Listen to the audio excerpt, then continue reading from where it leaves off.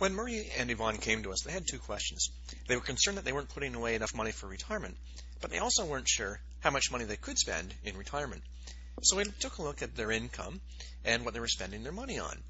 And as we can see, about $34,000 went to lifestyle expenses, and you can see the rest here. And of course, one of the questions we always have is, where's this $30,000 difference going?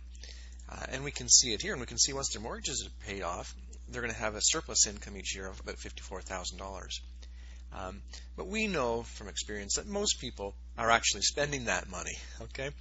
And if we just run simulations based on this, we can see that retirement is going to be fine. There's no issues. But let's make it more realistic, and we're going to spend all this surplus cash. And if we do that, we can see, these matches up. There's $160,000 coming in, and they're spending $160,000.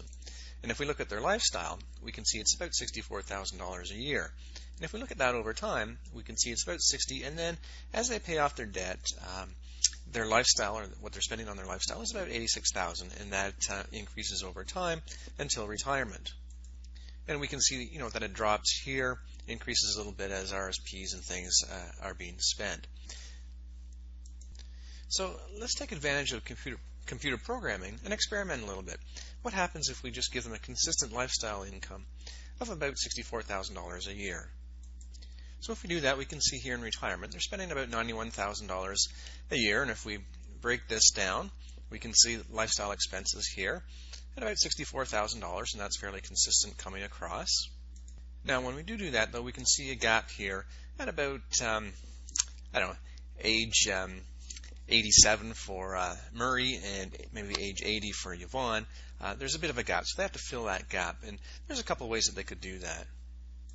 When they paid off their mortgage, their lifestyle expenses increased, or they had extra surplus money.